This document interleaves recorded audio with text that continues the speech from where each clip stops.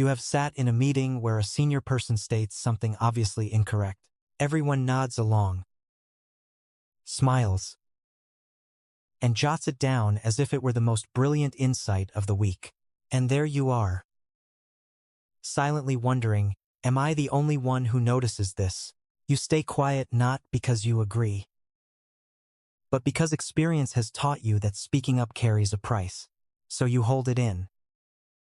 And on the way home, you question whether something is wrong with you. Nothing is wrong with you. Psychology actually suggests the opposite is true. The capacity to remain in a room full of consensus and still form your own conclusions is among the rarest cognitive abilities in existence.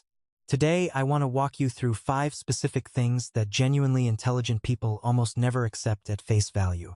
Not because they are being difficult or enjoy disagreement, but because their minds are wired to push back against the exact type of thinking that most people find reassuring. Number 1. Unquestioned authority.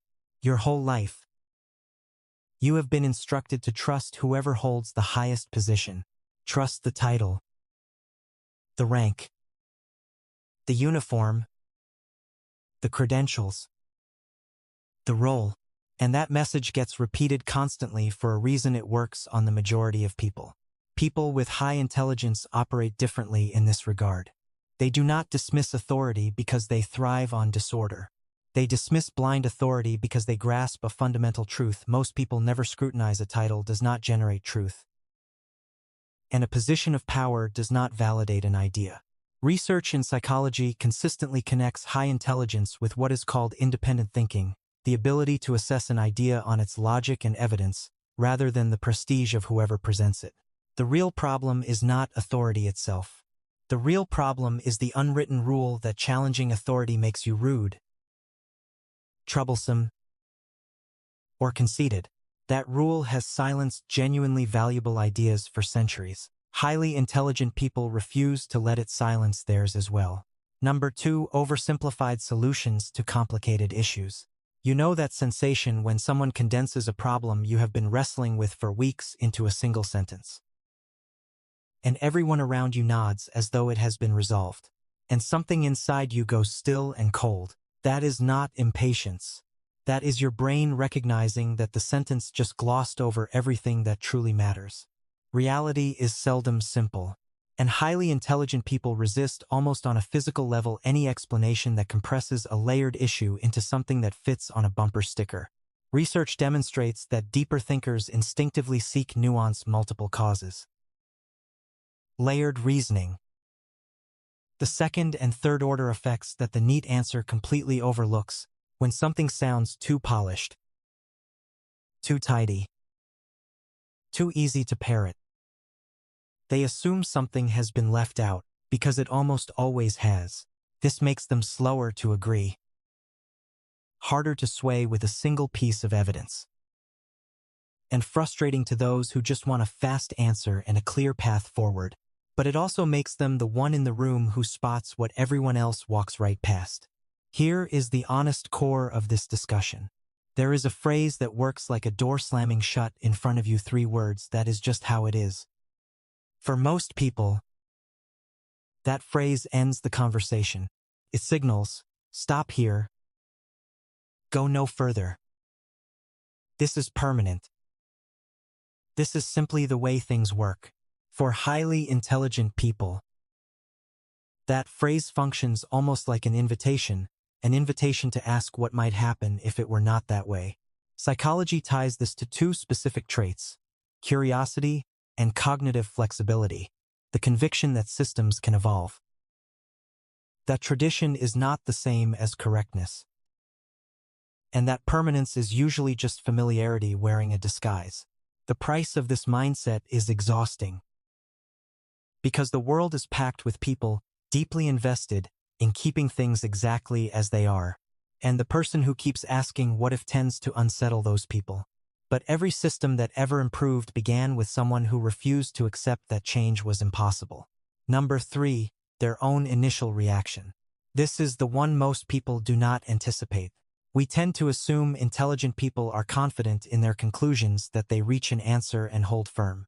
But one of the rarest and most genuine traits of true intelligence is this: they do not fully trust their first response. They pause. They reconsider. They examine the idea they just formed and ask, what am I overlooking? What am I assuming? What would I think if I approached this from the opposite angle?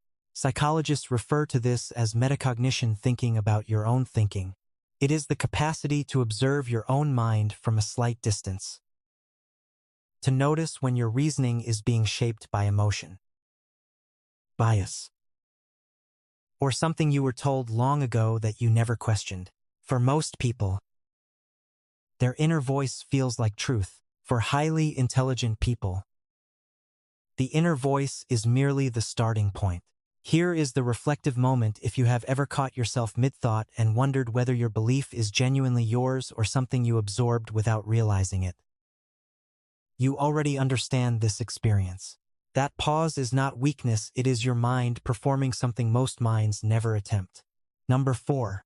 Social pressure masquerading as truth. You have held a belief quietly and privately for a long time, then voiced it aloud, and the room shifted, not because your logic was flawed, but because it was different, and being different makes people uncomfortable in ways they do not always examine before pushing back. So you softened your stance, or retracted it, or filed it away, deciding it was not worth the friction. Here is what research actually reveals: the number of people who hold a belief has zero correlation with whether that belief is accurate. People with high intelligence are less swayed by group opinion when forming their views. They are more inclined to follow evidence toward an unpopular conclusion than to follow the crowd toward a comfortable one. This does not mean they enjoy being contrarian, it means they have learned, often through years of friction, that truth is not determined by popular vote. The real villain is the social cost of thinking independently, the quiet pressure that whispers agree or be excluded, conform or be labeled difficult, go along or face the exhaustion of justifying yourself to people who were never genuinely asking. Highly intelligent people feel that pressure too, they simply refuse to let it be the deciding factor. What all 5 of these share in common: blind authority, oversimplified answers, fixed beliefs disguised as facts, their own unexamined first thoughts, social pressure wearing the mask of truth.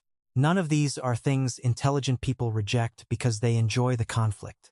They reject them because they have cultivated a relationship with their own mind that most people never develop, a relationship built on one uncomfortable practice: questioning, not just the world around them themselves, their assumptions, their comfort zones, the things they believe simply because they have always believed them. Intelligence is not passive. It does not sit still and absorb information. It moves. It challenges. It asks one more question when everyone else has already moved on. And if you see yourself anywhere in these 5, the question is not whether you are highly intelligent. The question is whether you are giving that intelligence the room it needs to actually function.